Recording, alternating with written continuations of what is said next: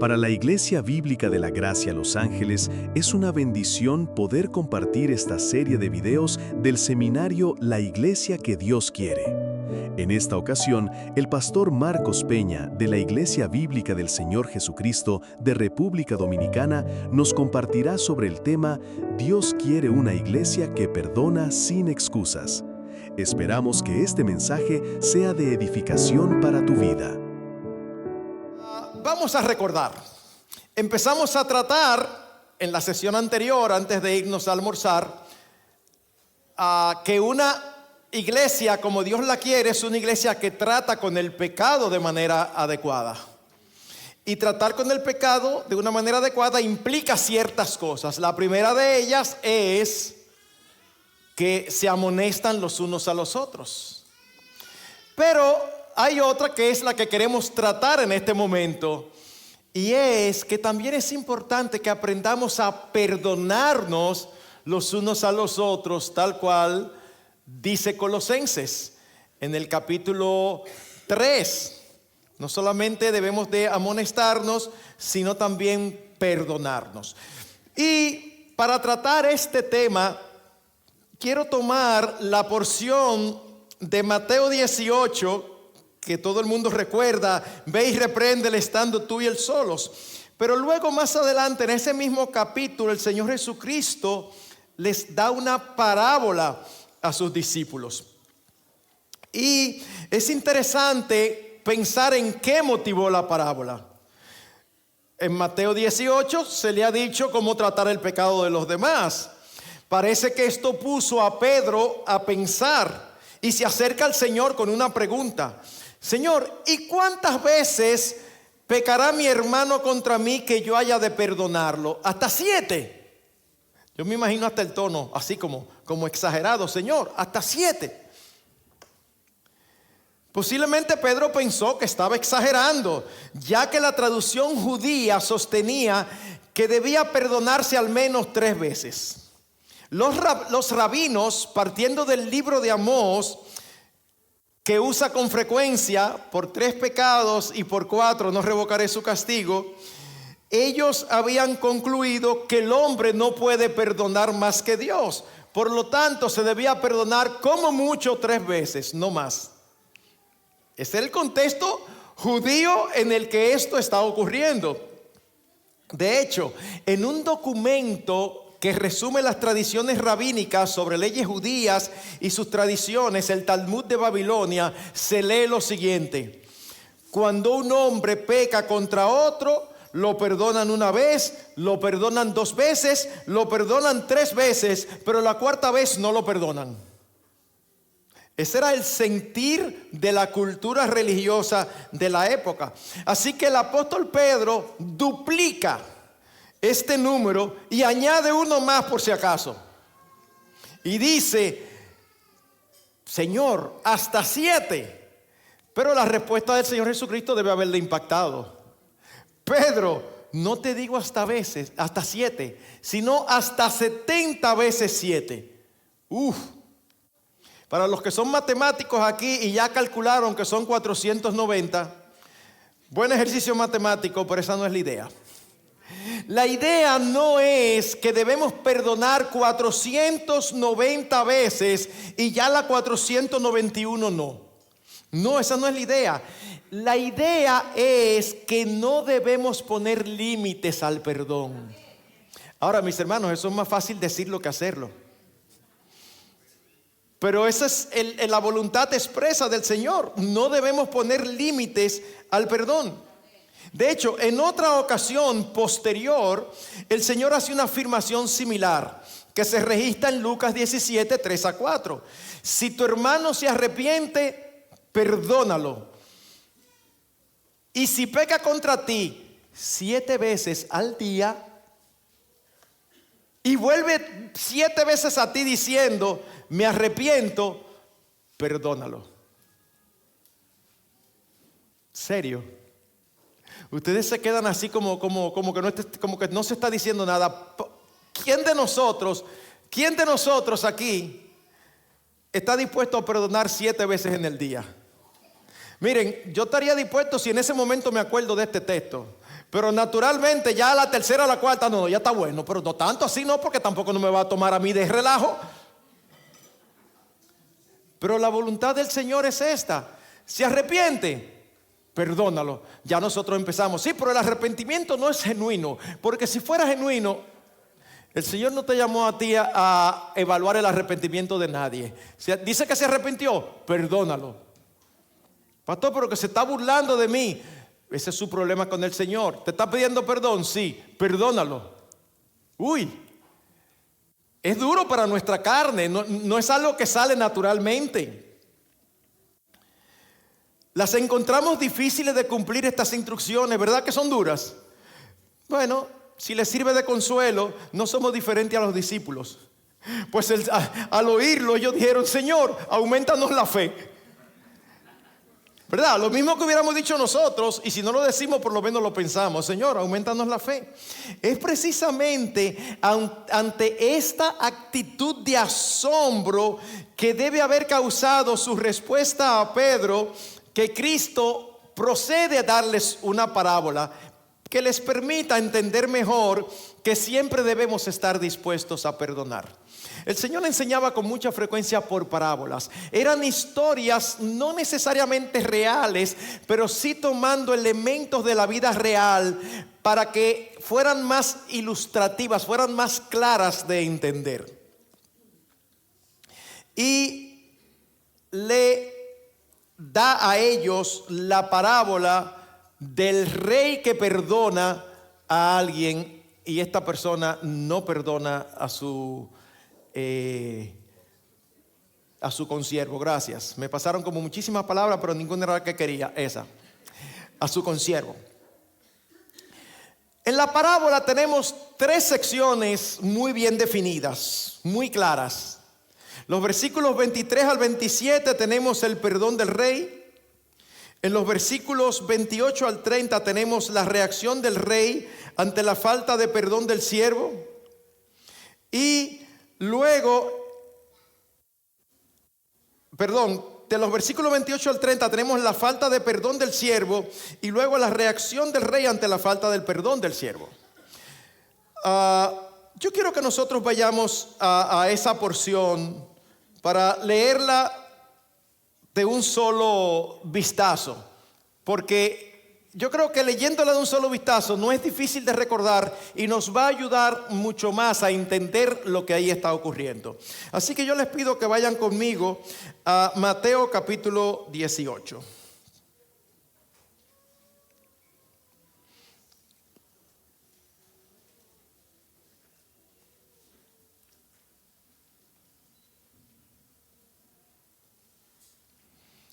Ok, y leemos.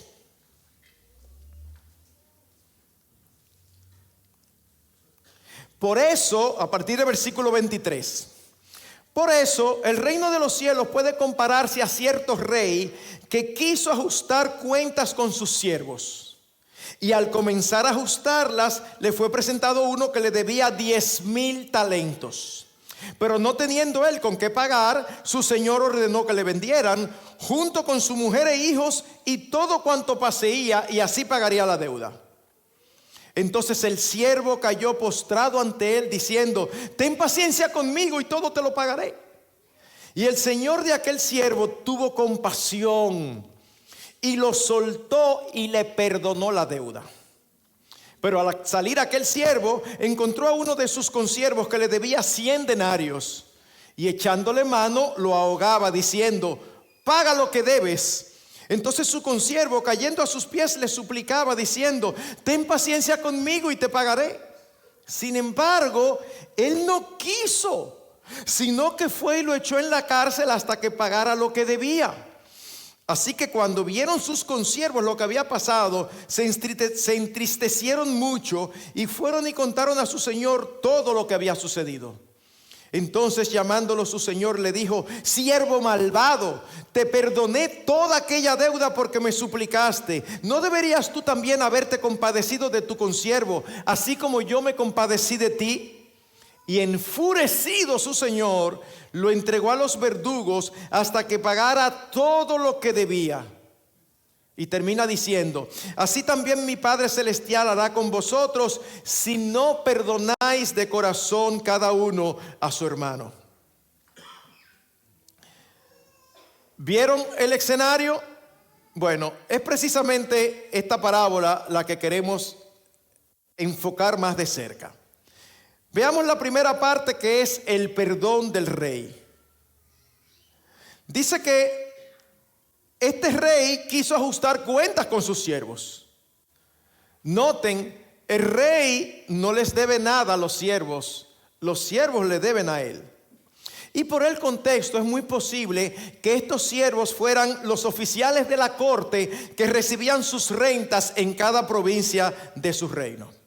Y dice versículo 34 que cuando comenzó a ajustarlas, le fue presentado uno que le debía 10,000 talentos. Ahora, 10,000 talentos para nosotros no significa nada, porque nosotros no entendemos a qué se refiere. Eso es una medida que para nosotros es difícil. Miren, dice, lo primero es que dice le debía. En ninguna parte se menciona la palabra ofensa o pecado, sino más bien deuda. Es la misma idea que el Señor Jesucristo cuando le pidieron que nos enseñara a orar. Dice: y perdona nuestras deudas, como nosotros perdonamos a nuestros deudores. ¿Y en qué sentido el pecado es una deuda? Bueno, mis hermanos, cuando una obligación hacia Dios no se cumple, se convierte en una falta, es decir, en un pecado. Y la obligación que nosotros le tenemos hacia Dios es darle honra, gloria y adoración, así como gratitud y obediencia. Porque Él es no solamente nuestro Rey, sino también nuestro Hacedor, nuestro sustentador y de muchos nuestro Salvador. Así que el deber de todo ser humano delante de Dios es proclamar su gloria y gozar de comunión con Él por siempre. Estamos en deuda eterna con Dios y con un balance en rojo en nuestras cuentas con el Señor, y no tenemos forma de resolver el problema por nosotros mismos. Miren, 10,000 talentos eran cerca de 12 millones de dólares hoy. ¿Estás entendiendo cuál era la deuda?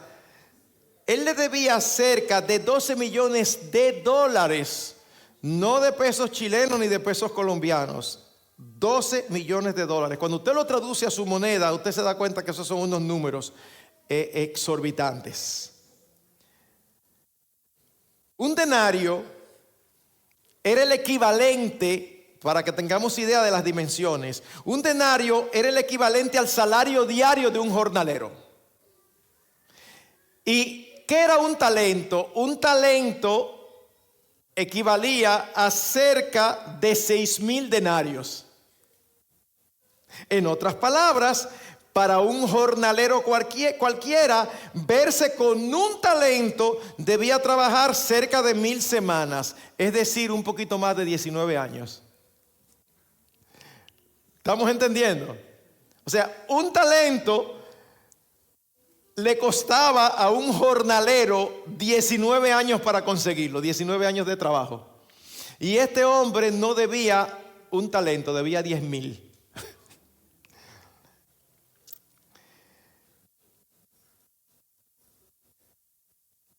Claro, él no era un jornalero, posiblemente, como habíamos dicho, era un funcionario.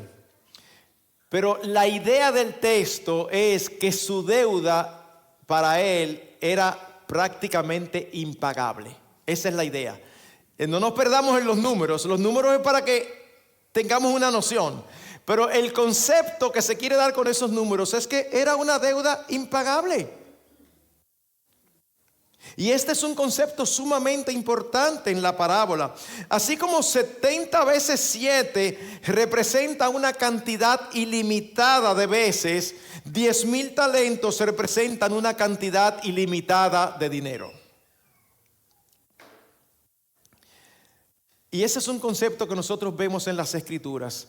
Nadie, absolutamente nadie, tiene la capacidad de pagar a Dios lo que todos nuestros pecados deben. Nadie. Esdras era muy consciente de esta situación. En Esdras 9:6 él oró: Dios mío, estoy avergonzado y confuso para poder levantar mi rostro a ti, mi Dios, porque nuestras iniquidades se han multiplicado por encima de nuestras cabezas y nuestra culpa ha crecido hasta los cielos. Es una imagen hiperbólica, es una imagen exagerada en el sentido de que es de dimensiones incomprensibles para nosotros. Dicho de una manera más franca, es lo que dice el apóstol Pablo en Romanos 3:20, porque por las obras de la ley ningún ser humano será justificado. Que no tenemos forma, que no hay un solo ser humano sobre la faz de la tierra que tenga forma de pagar su deuda a Dios. Ese es un énfasis importante. ¿Y qué entonces sucede? Bueno, el rey no le cree. ¿Usted ha visto cuando una persona está en problemas que dice lo que sea con tal de salir del problema? Ay, ten misericordia de mí, dame tiempo y te lo pagaré todo. El rey piensa: Carlos, que tú no puedes pagármelo todo ni que quieras. Así que dice el versículo 25 que no teniendo él con qué pagar, aunque estaba prometiendo que lo haría, su señor ordenó que lo vendieran junto con su mujer e hijos y todo cuanto poseía, y así iba a pagar la deuda. Para nosotros eso es algo muy extraño, porque eso no es algo típico de nuestra cultura. Pero déjenme decirles, todavía en el siglo pasado, apenas en el siglo pasado, en algunos países orientales era común imponer esa pena a altos funcionarios del gobierno. El siglo pasado. Así que por dramático que nos parezca, no debemos perder de vista la idea central: el costo de la deuda. Era impagable, era tan alta que demandaba la esclavitud del siervo y de su familia a un amo que quisiera comprarlos. Y aún así, el monto obtenido no estaría ni cerca del monto adeudado. Cuando este hombre escuchó la decisión del rey, en desesperación cayó postrado ante él diciendo: ten paciencia conmigo y te lo pagaré. Siendo consciente del gran problema en que estaba metido, se humilla, se postra ante el rey y le pide tiempo. Y en su desesperación promete algo imposible. Y entonces ocurre lo inimaginable. Versículo 27. Y el señor de aquel siervo tuvo compasión, lo soltó y le perdonó la deuda.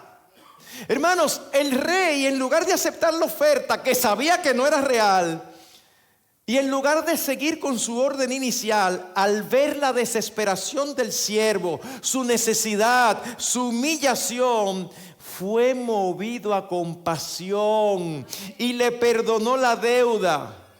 Oigan esto, no se la rebajó. No hizo un acuerdo de pago, no, se la perdonó, la condonó, la borró, la deuda ya no existe. ¡Wow! Y es que dice su palabra que Dios puede hacer todo mucho más abundantemente de lo que nosotros pedimos o entendemos. Y esta escena refleja muy fielmente la naturaleza de nuestro rey real. Porque nuestro rey se revela a sí mismo como compasivo y clemente. Yo creo que todos nosotros siempre recordamos, cuando se habla acerca de los atributos de Dios, que no es otra cosa que hablar de las características que lo distinguen. Todos nosotros pensamos siempre en Isaías capítulo 6. Santo, santo, santo. Y vemos la santidad como quizás uno de los atributos principales. Sin embargo, a mí me parece que a veces olvidamos esta escena en Sinaí, donde Moisés le pide a Dios: muéstrame tu gloria. Y Dios le dice: te voy a colocar en una rendija del monte, porque no hay hombre que me haya visto y haya vivido. Y voy a pasar delante de ti proclamando mi gloria. ¿Qué nosotros esperaríamos? Que Él pasara proclamando: santo, santo, santo. Sin embargo, no es eso lo que ocurre. Déjenme leerles la porción de Éxodo 34, los versículos 6 y 7. Entonces pasó el Señor por delante de él y proclamó: el Señor, Dios compasivo y clemente, lento para la ira y abundante en misericordia y fidelidad, el que guarda misericordia a millares, que perdona la iniquidad, la transgresión y el pecado, y que no tendrá por inocente al culpable, el que castiga la iniquidad de los padres sobre los hijos y sobre los hijos de los hijos hasta la tercera y cuarta generación. Miren, todas esas palabras dice: compasivo, clemente, lento para la ira, abundante en misericordia, guarda misericordia, perdona la iniquidad. Todo eso es una manifestación de la naturaleza compasiva y misericordiosa de nuestro Rey. Como dice el salmista en el Salmo 103, no nos ha tratado según nuestros pecados, ni nos ha pagado conforme a nuestras iniquidades. Porque como están de alto los cielos sobre la tierra, así es de grande su misericordia para los que le temen. Como está de lejos el oriente del occidente, así alejó de nosotros nuestras transgresiones. Mis hermanos, así como es muy significativo en la parábola la idea de una deuda impagable, así es de importante la idea de un Dios compasivo que se deleita en perdonar.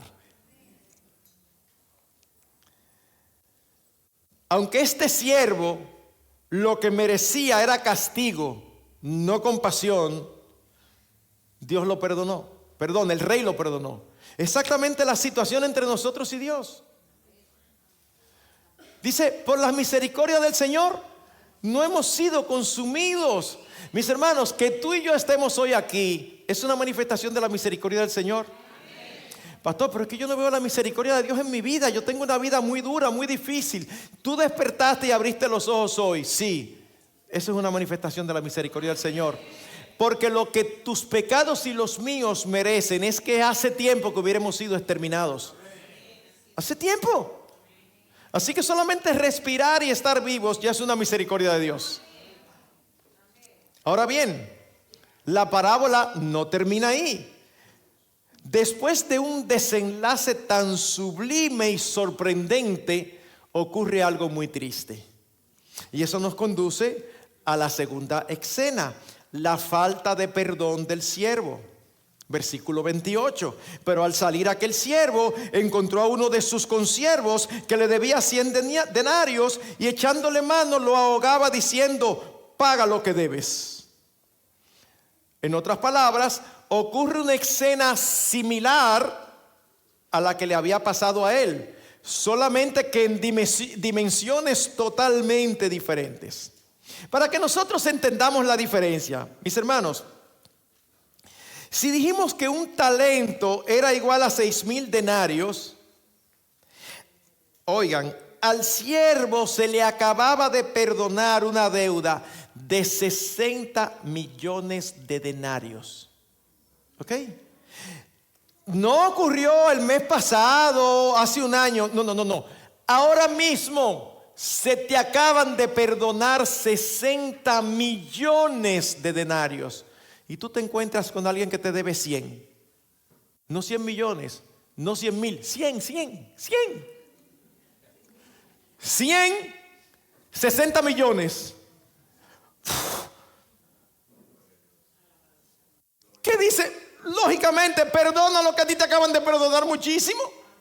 Ay, no hizo caso. Ese consiervo tuvo la misma actitud que él había tenido con el rey. La diferencia fue que el rey fue compasivo sin tener razón, pero él tenía todas las razones para ser compasivo y no lo fue. Metió al consiervo en la cárcel. Y uno está ahí y uno dice: qué bárbaro. No sabiendo que cuando decimos esto nos estamos autocondenando a nosotros mismos. Nosotros esperaríamos que este siervo saliera de ahí feliz, dando brincos, pero en lugar de eso se muestra agrio y desafiante. Así que la historia toma un giro totalmente diferente. Y yo estoy seguro que la mayoría de nosotros, cuando ve algo como esta historia, se indigna o molesta cuando se llega a este punto. Porque lo que este hombre hace, de verdad, es totalmente descabellado. Pero mucho cuidado que no nos pase lo mismo que le pasó a David cuando fue amonestado por Natán. ¿Ustedes recuerdan esa escena? Natán se aparece a David y le dice: David, tengo un caso aquí que quiero plantearte. Ajá, dime a ver. Mira, había un hombre que era rico y tenía muchísimas ovejas, rebaños y rebaños. Y al lado de él vivía un hombre que solamente tenía una ovejita. Y la quería tanto que ni siquiera la dejaba fuera en el campo. La tenía dentro de la casa, dormía con ellos. Un día vino alguien a visitar al rey. ¿Y sabes lo que el rey hizo? En lugar de tomar uno de sus miles y miles de ovejas, mandó a buscarla del vecino para sacrificarla y darle de comer a una visita. ¿Qué tú crees que debe hacerse con ese hombre? Y David, indignado, oyendo la historia: ¿cómo? ¿No, ese hombre es digno de muerte? Y ahí mismo Natán le dice: tú eres ese hombre. Si hay una escena en la Biblia que a mí me hubiera gustado estar mirando por un hoyito, es esa. A mí me hubiera encantado como ser testigo. Y yo me imagino yo diciendo ahí: tóquete y coge ahí. Es que debe haber sido impresionante. Yo me imagino a David, el rey, incómodo, molesto.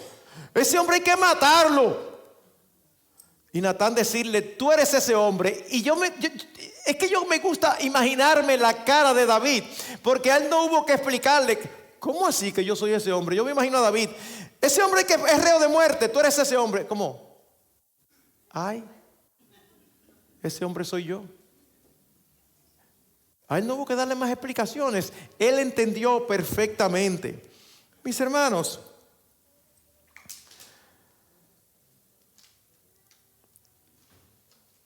eso es exactamente lo que ocurre contigo y conmigo cada vez que nosotros nos negamos a perdonar a aquellos que nos ofenden y nos aborrecen. Es exactamente lo mismo. El que está escuchando de afuera, los ángeles deben ver cada vez que tú y yo no queremos perdonar a alguien. Los ángeles deben ver la historia como mismo la vemos nosotros en la parábola. Dice: pero mira que le han perdonado todo y ahora no quiere perdonar por una falta. Los ángeles deben mirarse unos a otros y decir: pero Señor, ¿por y esto? Y tú y yo: no, porque yo está bueno ya, no, yo no puedo estar aceptando más cosas como esa. Uy, gloria a Dios que el Señor no nos trató así. Gloria a Dios que su perdón es inmedible. El Señor espera que siempre perdonemos como hemos sido perdonados y porque hemos sido perdonados. Yo lo voy a repetir: Dios quiere que nosotros perdonemos porque hemos sido perdonados y como hemos sido perdonados. Ahora vuelvo y leo Colosenses 3:13. Soportándoos unos a otros y perdonándoos unos a otros si alguno tiene queja contra otro. Como Cristo os perdonó, así también hacedlo vosotros. Cristo es nuestro ejemplo perfecto en todo, y Él estuvo dispuesto a perdonar aún a los que injustamente le llevaron a la cruz. ¿Ustedes se imaginan esa escena? Sus criaturas hechas por Él, burlándose de Él, su creador, en la cruz. Y una de sus últimas palabras son: Padre, perdónalos porque no saben lo que hacen. Wow. Y más adelante ocurre lo mismo con Esteban, el primer mártir de la iglesia cristiana, en Hechos capítulo 6, cuando lo están apedreando, sencillamente porque les dijo: ustedes son iguales que sus padres, duros de corazón, y por esto lo mataron. ¿Qué dice el texto? Hechos 7:60. Y cayendo de rodillas, clamó en alta voz: Señor, no les tomes en cuenta este pecado. Y habiendo dicho esto, durmió. Qué bueno es toparse con ejemplos, vez tras vez, de creyentes que han entendido esta verdad y han estado dispuestos a perdonar. Muchos de ustedes deben haber oído la historia de Corrie ten Boom, protegiendo judíos en medio de la Alemania nazi. Finalmente fueron capturados, maltratados, sus padres y su hermana fueron muertos. Ella sobrevivió por la gracia y la misericordia de Dios. Y años después de terminada la guerra, ella se topó en una iglesia o en una conferencia con uno de sus verdugos, que por la gracia de Dios se había arrepentido de sus pecados. Y se le acercó y le extendió la mano y le pidió perdón. Y dice que ella se quedó así pensando y temblando y luchando contra la inclinación de su propio corazón. Y finalmente ella lo perdonó. O la muerte de estos misioneros que murieron a manos de los indios Aucas. Y la viuda de uno de ellos después de la muerte fue a vivir en medio de esa tribu hasta que finalmente, por haberlos perdonado, algunos llegaron a ser líderes en la iglesia, incluyendo a algunos de los asesinos de su esposo. Es muy fácil oír la historia y olvidarnos que eso es lo que Dios espera de cada uno de nosotros. ¿Por qué hacían algo como esto? ¿Por qué perdonaban actos tan atroces? Porque eran conscientes que a ellos se les había perdonado más. Mi hermano, piensa en esto. Nadie, ni que quiera, aunque alguien quiera, no puede pecar contra nosotros de una manera más grave de la que tú y yo hemos pecado contra Dios.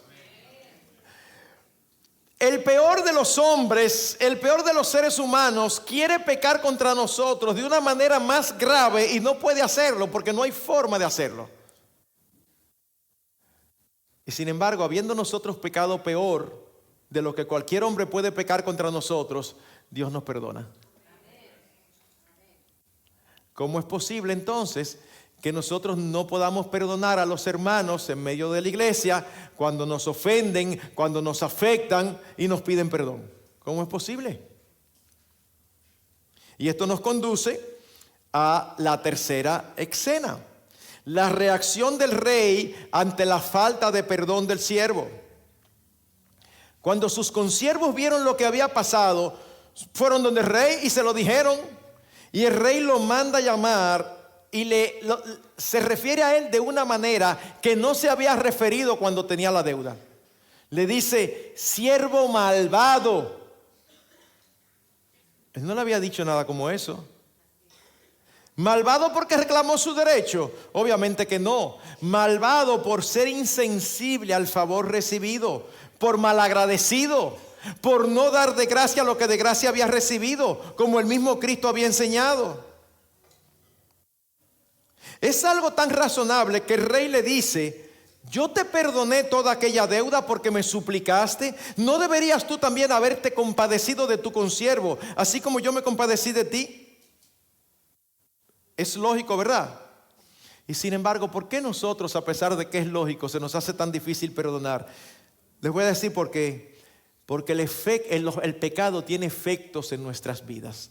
Muchos malos efectos. ¿Y saben cuál es uno de los efectos del pecado? Aunque no nos guste y suene feo, el pecado embrutece. De verdad, perdónenme, no quiero que nadie se sienta mal, pero el pecado, una de las consecuencias es que el pecado embrutece. Porque hasta la lógica humana la nubla. Hermanos, pero ¿ustedes quieren un ejemplo de que el pecado embrutece? Moisés está en el monte y tarda más tiempo. Y oigan la petición del pueblo. Este hombre no sabemos lo que le pasó. Haznos dioses que vayan delante de nosotros. Escúchame, espérate. O sea, nosotros vamos a ser un Dios. Nosotros. Y después resulta que Él es Dios. Y resulta que lo vamos a adorar y le vamos a pedir que nos proteja. Pero tú lo acabas de hacer. Hay que ser un genio para entender eso. No. Pero hay que ser pecadores para creerlo. Y eso es lo que nos pasa a ti y a mí. Que nosotros aceptamos cualquier situación con tal de que no vaya en contra de nuestros deseos y de nuestra voluntad. El pecado embrutece. Porque el rey no le está diciendo nada difícil de entender. Pensemos, por ejemplo, en la llamada regla de oro. No es lógica. Así como queréis que los hombres hagan, haced con ellos de la misma manera. No es lógico. Claro que sí, pero vivimos así. No, al contrario, yo creo que todos nosotros hemos violado este principio. Porque como dice un refrán dominicano que lo expresa de una manera muy popular, una cosa es con guitarra y otra es con violín. ¿Saben lo que eso significa? Que una cosa es cuando lo hago yo y otra cosa es cuando lo hace el otro. Cuando lo hago yo y pido perdón, yo encuentro inconcebible que no me perdonen porque yo me estoy humillando. Pero cuando es el otro que lo hace y pide perdón, yo tengo 17 razones de por qué no perdonarlo. El mismo escenario. Una cosa es cuando somos ofendidos y perjudicados, y otra muy diferente cuando somos los que ofendemos y perjudicamos. ¿Y qué es lo que causa esa falta de coherencia en nosotros? El pecado. El pecado. ¿Qué lleva a una persona a no tratar a los demás como ha sido tratado? El egoísmo, el creerse lo más importante, el centro de la existencia. ¿No es ese un factor del que se resiste a perdonar? ¿Cómo es posible pasar por alto una ofensa a alguien de tanto valor como yo? Miren, hay cosas que nosotros no decimos porque sabemos que suenan mal, pero las creemos firmemente y vivimos a la luz de eso. Me ofendió a mí. O sea, que ofendió a otro es una cosa, pero a mí, alguien de tanto valor. No, eso no. Eso es imperdonable. No, imperdonable es que nosotros hayamos perdonado, que nosotros hayamos ofendido y pecado contra el Señor. Eso es imperdonable y Él lo perdona. Nos desarma, nos deja sin excusas para perdonar. No tenemos excusas para no perdonar a alguien, no tenemos excusas. ¿Y cuál es la reacción del rey? Oh, perfectamente entendible, versículo 34. Y enfurecido, su señor lo entregó a los verdugos hasta que pagara todo lo que debía. El rey indignado se llenó de ira. El mismo rey compasivo hace poco tiempo ahora muestra otra faceta de su persona: ira contra el pecado, la injusticia y la ingratitud. Y mis hermanos, a los hombres les encanta escuchar del amor y la misericordia de Dios, lo cual es verdad. Pero al mismo tiempo tienden a rechazar la verdad de un Dios justo que se aira contra los pecadores. Sin embargo, ese mismo texto en Éxodo 34, donde menciona de todas las maneras sabidas y por haber que Dios es compasivo, clemente, tardo para la ira y perdonador, dice que ese mismo es el que no tendrá por inocente al culpable. Ay, y ese otro, no, ese es el mismo. Ese es el mismo. Él está dispuesto a perdonar, pero Él no tiene por inocente al culpable. Aunque este siervo ya no sería vendido, ahora es entregado a los verdugos, y esa palabra se refiere a funcionarios encargados por los tribunales de torturar a los que habían cometido grandes crímenes. Y él estaría allí, ¿sabe cuál tiempo? El resto de su vida, porque dice hasta que pague lo que debe. La deuda se la volvieron a poner y él no tenía forma de pagarla, así que él no iba a salir de ahí. Dios es compasivo y perdonador, pero también justo. Santiago 2:13 dice: porque el juicio será sin misericordia para el que no ha mostrado misericordia, y la misericordia triunfa sobre el juicio. Mis hermanos, aquí termina la parábola, pero no la enseñanza del Señor. La parábola termina ahí, pero Él añade unas palabras solemnes y perturbadoras. Él dice en el versículo 35, así también mi Padre Celestial hará con vosotros si no perdonáis de corazón cada uno a su hermano. Y no es la única porción de la Biblia donde se hace esta declaración. En Marcos 11 dice el Señor, y cuando estéis orando, perdonad si tenéis algo contra alguien, para que también vuestro Padre que está en los cielos os perdone vuestras transgresiones.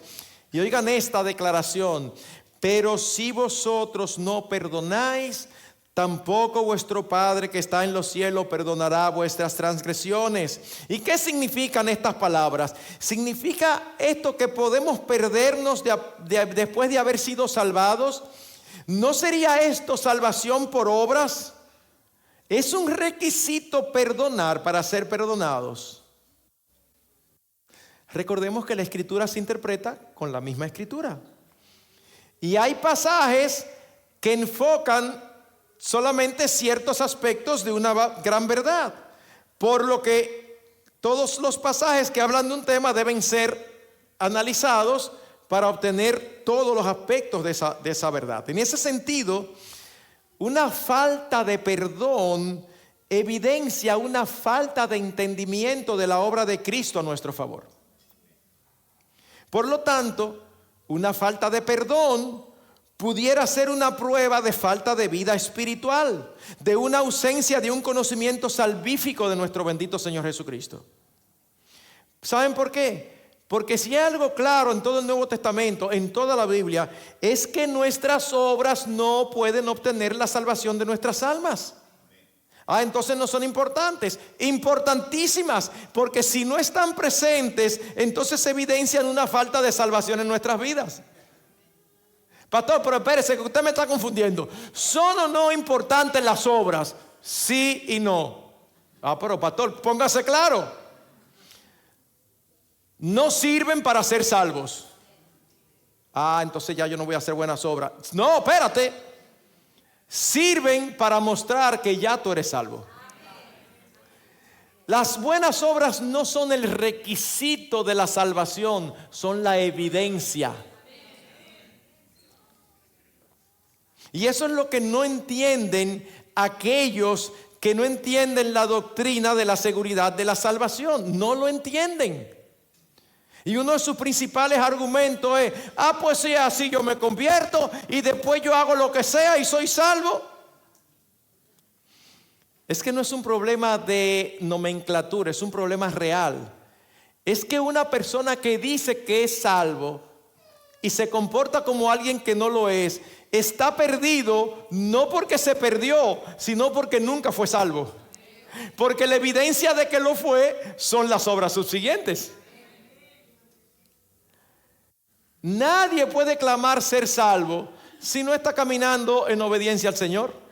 Entonces uno se salva por obediencia. No, uno se salva por gracia, por medio de la fe. ¿Y tú quieres saber si tú eres salvo? Bueno, pastor, yo creí. ¿Y cómo tú estás viviendo ahora? Para la gloria de Dios, tú puedes confiar en que tú eres salvo. Bueno, pastor, yo soy un descarriado. Yo soy salvo porque yo tengo una buena doctrina y yo me convertí, yo tengo 10 años descarriado y yo creo que yo soy salvo. Te vas a despertar en el infierno. Pastor, pero usted dice que la salvación no se pierde. No, yo digo eso, yo no soy que digo eso. La Biblia que dice eso. Pero nadie que esté viviendo en desobediencia a Dios, oigan esto, y si algunos hermanos queridos están aquí que no creen que la salvación no se pierde, oigan esto. Nadie, absolutamente nadie que está viviendo en desobediencia puede tener certeza de que es salvo. Nadie, porque tú no tienes evidencia. Habiendo dicho eso, repetimos, una prueba de que hemos sido salvados es que somos capaces de perdonar. Es por eso que el perdón es un deber cristiano muy enfatizado en todo el Nuevo Testamento. Y al mismo tiempo es por eso que su desobediencia presupone la exclusión del reino de Dios. En el modelo de oración de Cristo dado a los suyos, incluye este concepto: perdónanos nuestras faltas, como también nosotros hemos perdonado a nuestros deudores. Se asume, se sobreentiende que el verdadero creyente es alguien que perdona porque ha sido perdonado. Visto desde otro ángulo, ¿necesitamos fe para ser salvos? Claro. Sin fe es imposible agradar a Dios, dice Efesios. Y necesitamos desarrollar un carácter santo. Necesitamos desarrollar un carácter santo, porque sin santidad nadie verá al Señor. De igual modo, sin perdonar nadie será perdonado. Pero todo esto proviene de Dios por su gracia que lo produce en nuestros corazones. Aunque al mismo tiempo somos tú y yo los responsables de creer, de ser santo y de perdonar. Eso es lo que la Biblia enseña. Al final, mis hermanos, en lugar de enredarnos en aclaraciones teológicas que tienen su valor, no es menospreciándola, tienen su valor. Pero en lugar de enredarnos en aclaraciones teológicas, debemos entender que el perdón es demandado si queremos tener seguridad del perdón de Dios en nuestras vidas. Déjenme decirlo de otra manera.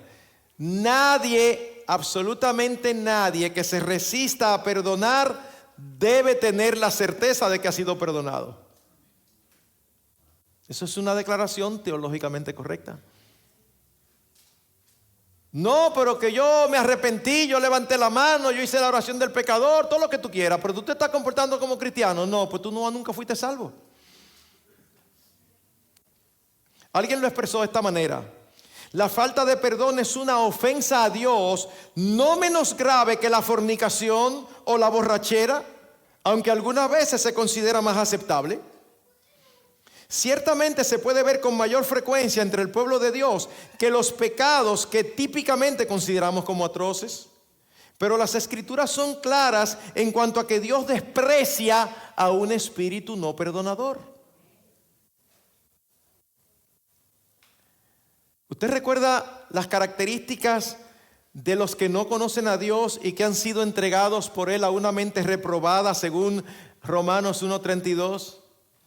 Le menciono algunas de las cosas que Él dice. Dice que esos hombres son hombres sin amor y despiadados. ¿Y qué es lo que se encuentra en la base de su ingratitud? Por cuanto no glorificaron a Dios ni le dieron gracias, Dios los entregó. Y todas estas características fueron mostradas por este siervo malvado. Así que permítanme concluir diciendo lo siguiente. Es obvio que el propósito de esta parábola no es tratar todos los aspectos relacionados con el perdón. Por ejemplo, el tema relacional entre el ofensor y el perdonado. Pensemos en un matrimonio donde uno de los cónyuges ha sido repetidamente infiel. Para el creyente afectado por el adulterio, el perdón no es una alternativa, sino un deber. Pero eso no necesariamente significa que debe estar obligado a seguir la relación. O perdona y se separa, o perdona y sigue. Lo que no es negociable es el perdón. Pero nada de esos aspectos es tratado aquí en esta parábola. La parábola solo enfatiza que se debe perdonar siempre. Ese es el énfasis. Es tener una actitud de perdón en toda circunstancia. Pastor, ¿y qué de aquellos en la Escritura que oraron para que Dios hiciera justicia con sus enemigos? Como Zacarías, por ejemplo, que dijo: que lo vea el Señor y tome venganza. O los salmos imprecatorios. Bueno, mis hermanos, la respuesta bíblica es: hay lugar para desear justicia, porque esta honra a Dios. Pero repetimos, el énfasis de esta parábola es que anhelar el perdón es todavía mejor. Y es algo mandatorio para todo creyente, en virtud de que ha sido tratado más con perdón que con justicia. Tú eres creyente, da gracias a Dios que se te trató más con perdón que con justicia. Porque si se te hubiera tratado con justicia, o si se me hubiera tratado con justicia, aquí no estaríamos. Así lo que sí enseña claramente la parábola y no debemos pasar por alto es que todos, sin excepción, tenemos una deuda impagable. En segundo lugar, que esa deuda solamente Dios la puede pagar. Y Dios la ha perdonado en Cristo. Por lo tanto, no tenemos excusas para no perdonar. Y la falta de perdón es señal de muerte espiritual y causa de la ira de Dios. Así que, mis hermanos,